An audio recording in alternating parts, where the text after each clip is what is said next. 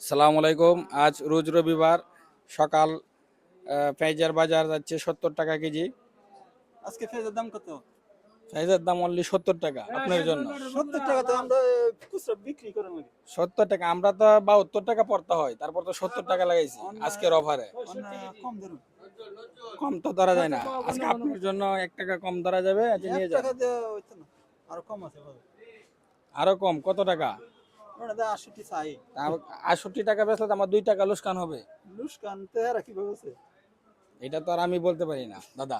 দাদা আপনার জন্য অনলি 1 টাকা কম। 1 টাকা কমে নেওয়া যাবে না। 1 টাকা কমে নেওয়া যাবে না। তাহলে আমি তো আর কিছু করতে পারতেছি না, আজকের জন্য আপনার এই যে অফার চলতেছে অনলি 69 টাকা ধরা যাবে।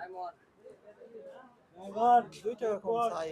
না দাদা, 2 টাকা কম ধরা যাবে না দাদা। 68 69 টাকা হলে নিয়েন, আপনি 69 না 70 বেছেন, এটা আপনার। আমি তো 72 টাকা পড়তাম, আমার 3 টাকা লোকসান হয়ে যাবে। আমরা লাভ হালকা লাভের জন্য ধরি তো।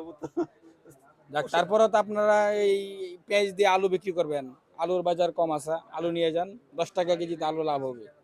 10 টাকা অত লাভ কই লাগছে? ওই আলুর দাম তো বেশি চাই। না দাদা না, আজকের মধ্যে এখানে শেষ, পরবর্তী আপডেট আসতেছে।